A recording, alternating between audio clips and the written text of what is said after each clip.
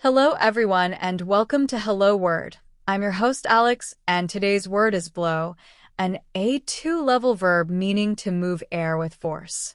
Blow is all about the movement of air. When you blow out candles on a birthday cake, you're using your breath to move the air. It can also be used for the wind, like when a strong wind blows the leaves from the trees. Some words similar to blow include puff, for example, he puffed out his cheeks, or gust, as in a strong wind gusted through the trees.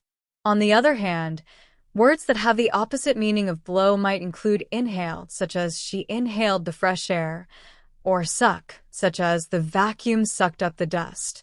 In everyday life, you might hear someone say, "Let's blow off some steam," meaning to relax or vent frustration. Another common phrase is to blow something up, which often means to inflate, like a balloon, or to exaggerate something. For example, the wind blew my hat off, or she blew a kiss. You could also say the whistle blew at 5 p.m. Another way to use the word is in a phrase like he blew his chance. So, to recap, blow is a verb meaning to move air with force.